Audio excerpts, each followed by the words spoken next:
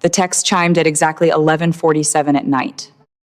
The harsh blue light of my phone screen cut through the dark bedroom. It was from Vanessa. Hope you die alone.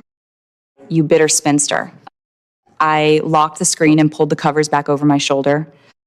3 hours later, the phone rang, vibrating violently against the wooden nightstand.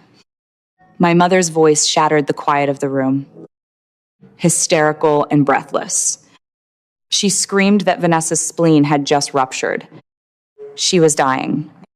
The hospital needed $50,000 wired immediately because her insurance refused to cover the emergency surgery. My chest tightened, but years of emergency room training instantly hijacked my panic. What is her blood pressure? Are they running a focused assessment with sonography for trauma? Who is the attending surgeon? The crying abruptly stopped. The line went dead quiet for a second. My mother gasped, then snapped. Her voice suddenly laced with venom instead of grief. She demanded to know how I could interrogate my own flesh and blood while my sister bled out on an operating table. The air in my bedroom suddenly felt perfectly still. The puzzle pieces slammed together in my mind. Tell the imaginary surgeon good luck. I said, I ended the call, switched the phone to airplane mode, and closed my eyes. Morning broke with a relentless barrage of notifications, 73 missed calls, countless text messages. I scrolled through my notifications while tying my scrubs. Trevor, Vanessa's chronically unemployed husband, had sent me paragraph after paragraph of pure abuse. He called me a murderer. He claimed my jealousy was going to put his wife in the ground. I opened social media. My mother had already posted a sprawling, tear-stained status update. She painted a picture of a heartbroken family holding vigil while their cruel, wealthy daughter refused to save her own sister's life. Dozens of comments from extended relatives and church friends piled on, calling me a monster. The sheer audacity of the lie settled heavy in my stomach, pulling at old wounds. For 34 years, I had served as the designated family resource. The backup plan, the quiet, responsible daughter who fixed every disaster, while Vanessa received praise simply for breathing. I walked into the hospital for my shift, the weight of their expectations dragging behind me. Gavin stood at the nurse's station holding a steaming cup of dark roast. He handed it to me, his eyes scanning my rigid posture.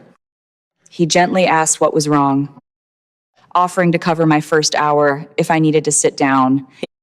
I looked at him, and the contrast hit me like a physical blow. Gavin never asked me for money.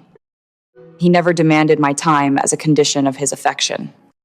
Here, in this chaotic emergency room, surrounded by my colleagues, I was respected. I was protected. Back home, my parents only valued me when my wallet was open.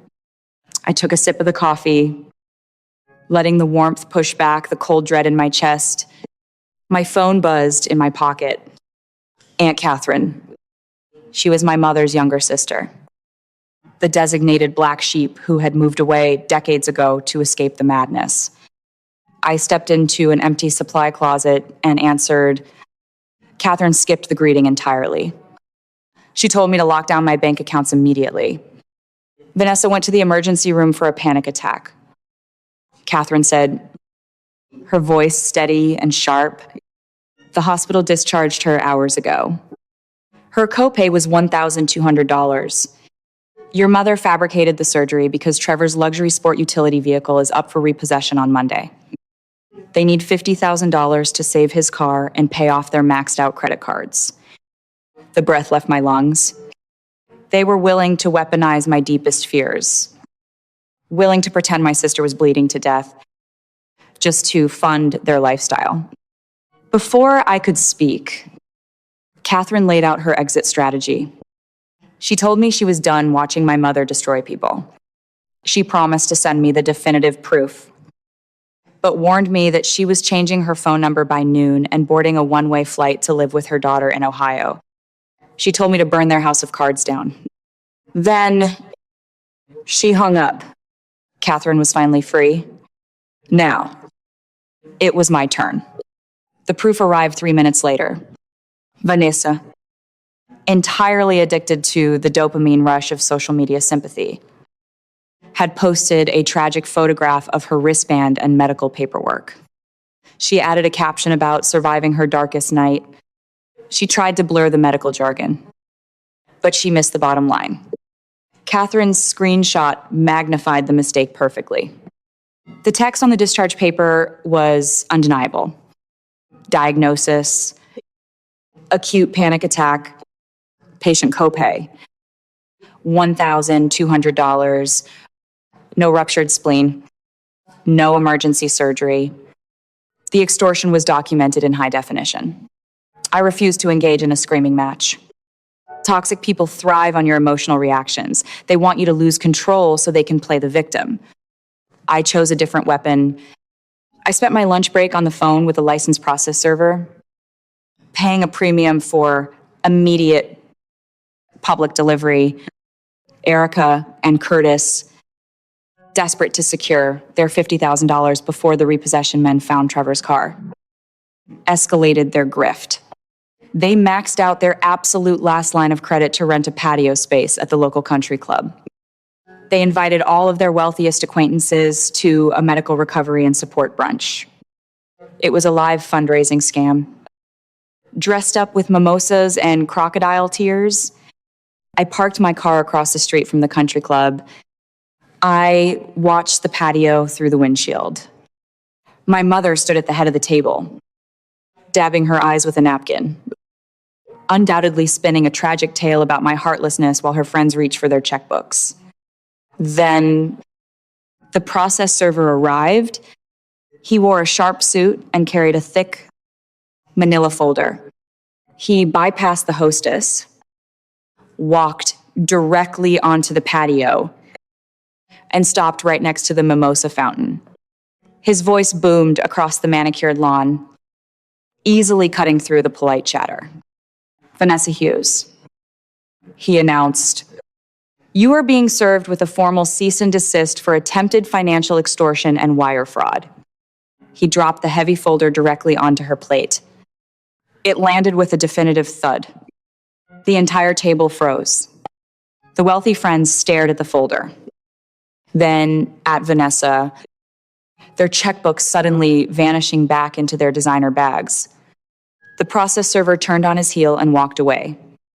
From across the street, sitting in my car, I watched my mother's jaw drop. A profound, icy satisfaction settled into my bones. The live grift detonated entirely. The humiliation triggered a massive extinction burst. Narcissists operate on absolute control. And when you strip that control away publicly, they lose their minds. 2 hours later, my parents stormed the hospital. They bypassed the standard visitor protocols by weeping to the triage nurse, claiming a terrifying family emergency to gain access to the secure waiting area. Once they crossed the threshold, the fake tears evaporated. Narcissistic rage took the wheel. I stood safely behind the reinforced glass of the charge nurse station. I watched them on the security monitors. My mother began screaming my name, her voice echoing off the sterile walls. She demanded the receptionist drag me out. She shrieked that I had stolen their retirement fund, that I was a criminal, that I deserved to lose my nursing license. I did not step through the doors. I did not give them an audience. I picked up the radio receiver on my desk. I pressed the transmission button and spoke directly to the armed hospital security team. 2 individuals causing a massive disturbance in the main waiting area. I said, keeping my voice entirely clinical, trespass them immediately. If they resist, call Metro Police. I stood at the glass window. My arms crossed over my chest. The door swung open, and 4 security officers surrounded my parents. The scene unfolded like a silent movie through the soundproof glass. My mother's face morphed from arrogant, demanding rage to absolute, breathless shock. The guards grabbed Curtis by the elbows. Erica thrashed against them, but her resistance only forced the guards to produce their handcuffs. The metal locked around their wrists. 50 patients sat in the waiting room, staring in dead silence as my parents were dragged out through the sliding automatic doors. The toxic spell broke. They had absolutely no power here. Desperation breeds severe stupidity.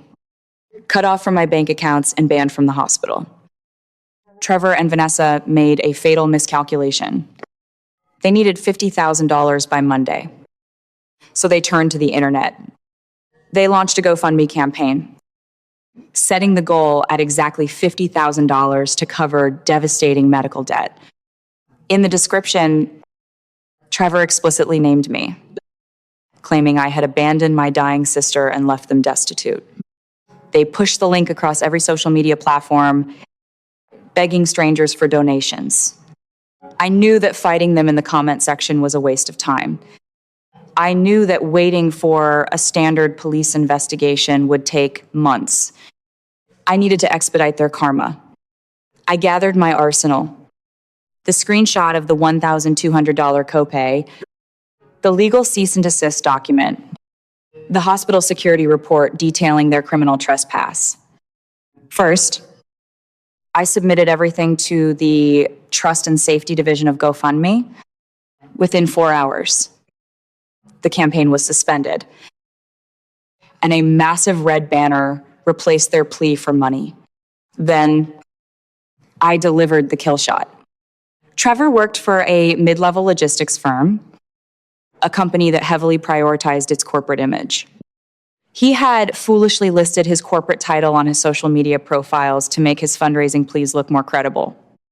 I drafted a concise, anonymous email to his human resources department. I attached the suspended GoFundMe link, the extortion evidence, and the police report. I simply noted that their logistics manager was using his corporate affiliation to solicit fraudulent funds online. Corporate human resources moves infinitely faster than the federal government when a company's reputation is on the line. Trevor was called into an emergency meeting at 9 o'clock the next morning. They fired him on the spot for violating their strict morals and ethics clause. He was escorted out of the building by a security guard, carrying his belongings in a cardboard box. But losing the job was just the beginning. By soliciting funds across state lines through the internet under false medical pretenses, their little family grift automatically upgraded to a federal crime. The suspended GoFundMe page triggered an automatic review by federal authorities. The wire fraud investigation began burning in the background. A slow, terrifying nightmare that would consume their every waking thought. 6 months passed. The silence in my life was absolute and beautiful. The fallout for my family was catastrophic. Aunt Catherine sent me one final update from her new home in Ohio before blocking them forever. The repossession men took Trevor's sport utility vehicle. Without his corporate salary and facing the terrifying reality of federal probation for wire fraud, the marriage shattered. Trevor and Vanessa were locked in a vicious, bankrupt divorce. Erica and Curtis, desperate to keep their golden child out of federal prison, were forced to drain their retirement accounts. When that money vanished, they had to list the family home for sale just to cover the catastrophic criminal defense retainers. The empire of manipulation completely collapsed under its own weight. I sat on the back porch of my new house. Gavin sat beside me, reading a book in the late afternoon sun. A gentle breeze rustled the oak trees in the yard. The peace was entirely unbroken. Then my phone rang. I stared at the screen. It was an unknown number, but my gut knew exactly who was on the other end. I swiped the green button and lifted the phone to my ear. Morgan, please. My mother's voice leaked through the speaker. She was crying real tears this time. Hollow, exhausted, defeated tears. We lost the house. Morgan, Vanessa is facing jail time. You have to call the police and drop the reports. You have to tell the lawyers it was a misunderstanding. Please, we can fix this. We can be a real family again. I listened to her sob. Years ago, that sound would have shattered me. I would have emptied my savings, ruined my own credit, and sacrificed my peace just to make her stop crying. I would have traded my own future for a temporary sliver of her approval. But looking out at the yard, feeling the solid wood of the porch beneath my feet, I felt absolutely nothing for her. The trauma bond was dead. I do not negotiate with extortionists. I lowered the phone and pressed the red button. I opened the settings, blocked the number, and set the phone face down on the table. Gavin looked up from his book, a quiet question in his eyes. I just smiled, reached for my coffee, and leaned back in my chair. The silence returned. It was over. There is a profound, terrifying moment when you realize the people who were supposed to protect you are actually the ones destroying you. For 3 decades, I operated under a devastating delusion. I believed that if I just gave a little more, worked a little harder, and demanded a little less, my parents would finally look at me the way they looked at my sister. I functioned as the family safety net, a human ATM machine tasked with absorbing the impact of Vanessa's endless disasters. Enabler parents do not view their children as separate, autonomous human beings. They view them as property. They view them as resources to be mined. And the golden child, shielded from every consequence, is ultimately destroyed by that very protection. By saving Vanessa from her own mistakes, my parents guaranteed she would never develop the resilience required to survive the real world. Stepping out of that toxic dynamic required me to accept the hardest truth of all. I had to become the villain in their story to become the hero in my own. I had to let them call me cruel, selfish, and heartless. I had to surrender the desperate hope that they would ever understand my perspective. But in that surrender, I found my absolute freedom. Walking away from family financial abuse taught me lessons that no textbook could ever provide. Rule number 1, blood does not make you family. Respect does. Society pushes a very dangerous narrative that you owe your biological relatives your absolute loyalty, regardless of how they treat you. That is a lie designed to keep victims trapped. DNA is an accident of biology, not a license for abuse. True family is chosen. True family is built on mutual respect, reciprocal care, and boundaries that are honored without a fight. Gavin and my colleagues showed me more genuine love in a single day than my parents showed me in 30 years. You are entirely allowed to walk away from people who hurt you. Even if you share a last name, your peace is worth more than their approval. Rule number 2, do not argue with delusions. Document them. When toxic people attack you, their primary goal is to drag you into the mud. They want you to scream, to cry, to defend yourself. Because your emotional reaction feeds their victim mentality. It allows them to point at you and claim you are the crazy one. I survived the extortion attempt because I refused to play their game. I did not yell at the country club. I did not engage in a screaming match in the hospital lobby. I let the clinical reality of the law do the talking. Silence is terrifying to a narcissist because it removes their control. Paper trails, cease and desist letters, and police reports destroy their false narratives instantly. When you stop talking and start documenting, the abuser is left fighting a wall of facts they cannot manipulate. Rule number 3, Their consequences are not your emergencies. For my entire life, every time Vanessa crashed her life into a wall, it was treated as my immediate emergency. This is the core mechanism of financial abuse. They manufacture a crisis, inject massive amounts of guilt, and demand immediate rescue. But shielding abusers from the fallout of their own terrible choices only guarantees that they will abuse you again. When Trevor and Vanessa tried to defraud the public, they stepped over a line that I refused to pull them back from. By allowing the federal authorities and the corporate human resources department to handle the situation, I stepped out of the way. I let the universe deliver their karma directly to their doorstep. The moment you stop standing between toxic people and the consequences of their actions, their entire system crumbles. I am Morgan. I survived the extortion. I dismantled the grift. And I built a sanctuary they can never touch. The guilt they tried to weaponize evaporated the moment I recognized my own worth. Have you ever been forced to become the bad guy in your family just to survive? Have you ever had to cut the cord and walk away from the people who were supposed to love you the most? Finding the courage to set that ultimate boundary is the hardest thing you will ever do. But it is the only path to real peace. Drop your story in the comments below. We carry so much shame when we separate from toxic families. But the silence is exactly what protects the abusers. Speaking up is what frees us. Share your truth.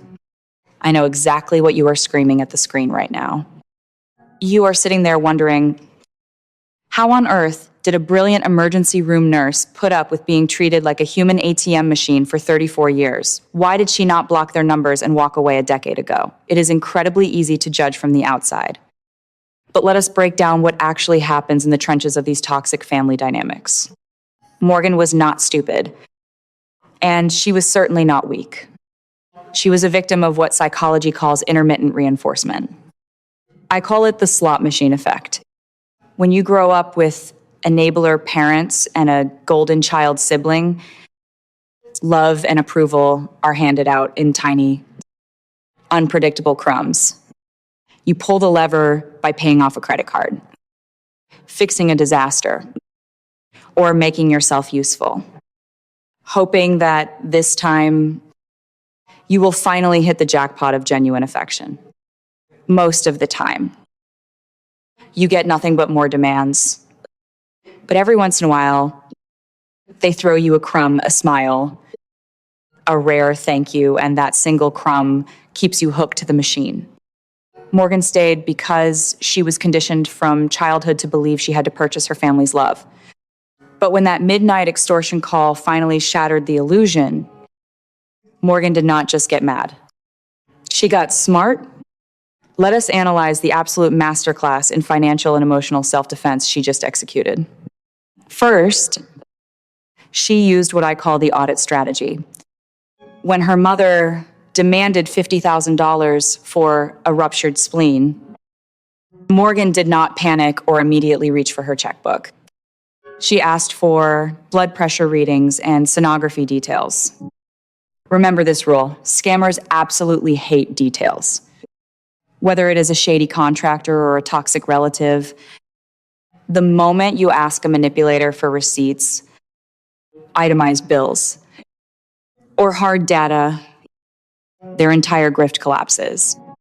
Second, she deployed the paper shield. Notice how Morgan did not drive to that country club brunch to scream at her family. She hired a licensed process server to drop a legal cease and desist right on their table. Emotional vampires want your outrage so they can point fingers and call you crazy. Morgan outsourced the confrontation. She bought her peace of mind with a paper trail, proving that cold documentation is far more devastating than a screaming match. Finally, she executed the institutional trap. When her sister escalated to a fraudulent online fundraiser, Morgan did not waste her energy arguing in the comment section. She took the screenshot of the $1,200 copay and handed it straight to the fraud department and corporate human resources. She removed her emotions from the equation and let federal consequences do the heavy lifting. Here is the ultimate verdict. You cannot buy respect from people who only view you as a financial resource. The absolute best investment you will ever make is funding your own exit strategy from toxic relationships. Stop trying to negotiate with emotional extortionists. If you have ever had to financially cut off a friend or a family member to protect your own sanity, I want to hear from you. Tell us your street smart survival strategies in the comments below. Hit that subscribe button for more Real Talk breakdowns. And remember, your peace of mind is priceless. Protect it.